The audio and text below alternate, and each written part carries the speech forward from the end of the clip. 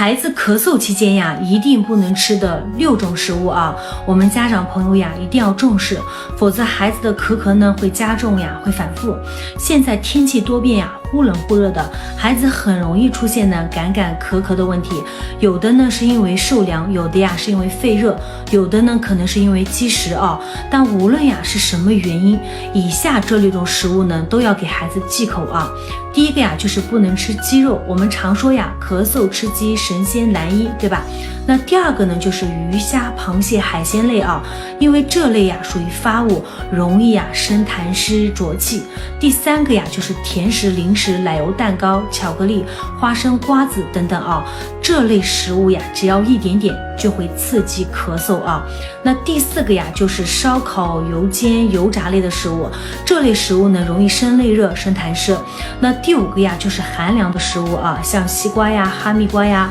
火龙果呀香蕉呀小酸奶呀等等。那第6个呢就是辛辣刺激的食物呀不能吃，刺激咽喉啊会加重咳嗽啊。那有的家长会说呀那也不能吃，那该吃什么呢？